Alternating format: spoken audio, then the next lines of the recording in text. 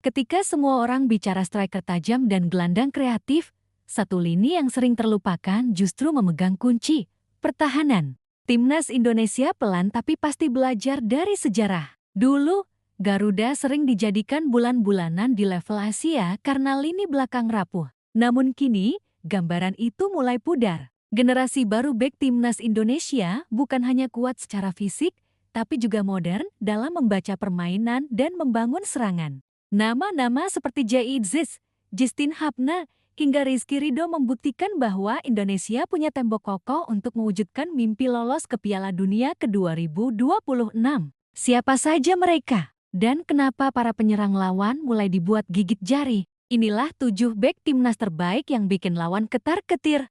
Dalam beberapa tahun terakhir, satu hal yang perlahan tapi pasti berubah di timnas Indonesia adalah lini pertahanan. Kalau dulu Garuda sering diremehkan karena gampang kebobolan, sekarang berani duel udara, tackle bersih, distribusi bola rapi, plus mental tanding ropa. Ini bukan mimpi, inilah generasi baru tembok Garuda yang membuat lawan mulai berpikir 2 kali sebelum menembus kotak penalti. Kenapa bek penting? Dalam sepak bola modern, bek tak cuma tugasnya nyapu bola. Mereka motor awal serangan. Bek modern harus tangguh bertahan, punya vision dan passing akurat, berani duel udara, tenang di bawah tekanan, bisa cetak gol dari set piece, dan deretan 7 bek timnas terbaik saat ini punya semua itu. 1.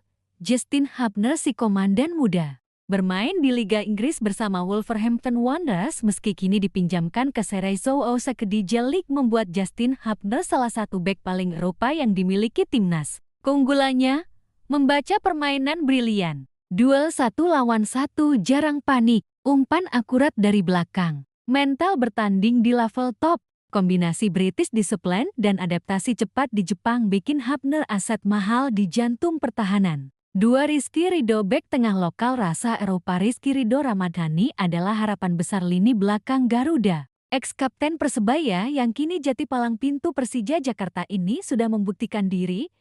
Duel udara kuat, tackle bersih, plus kemampuan build-up jarang dimiliki bek lokal.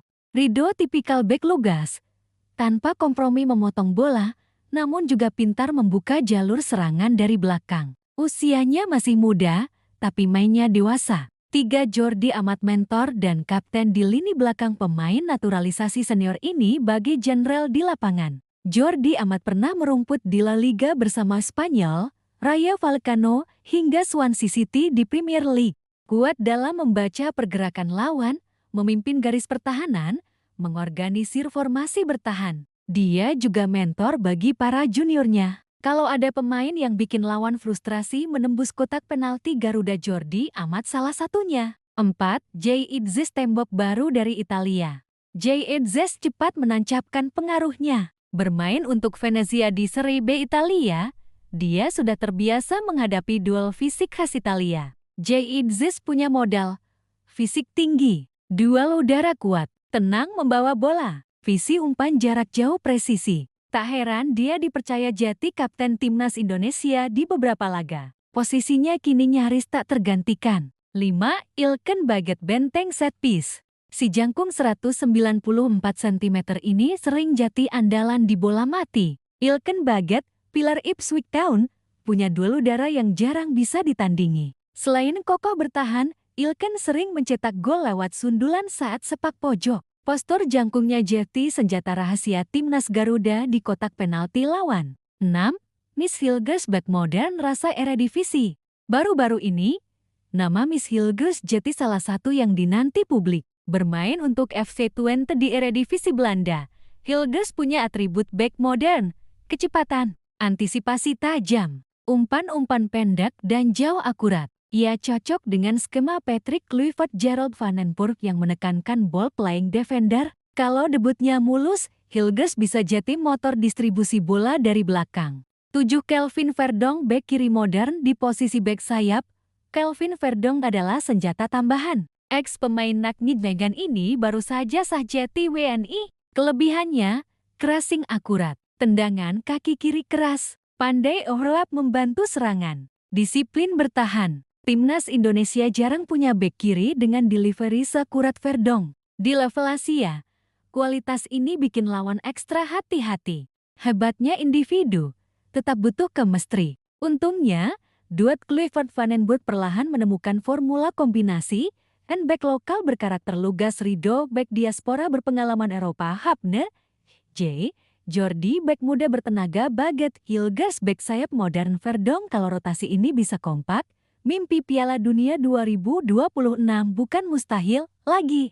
Kalau harus pilih, bek paling tangguh duel udara, Ilken Baget bek paling komplit build depth, Idzis Hebner bek paling berpengalaman, Jordi Amat bek muda lokal paling konsisten, Rizky Ridho bek sayap modern. Verdong generasi tembok Garuda ini jelas bikin timnas Indonesia naik level. Kombinasi darah Eropa, jam terbang Liga Top, ditambah pembinaan talenta lokal, jadi modal mahal menuju ke 2026.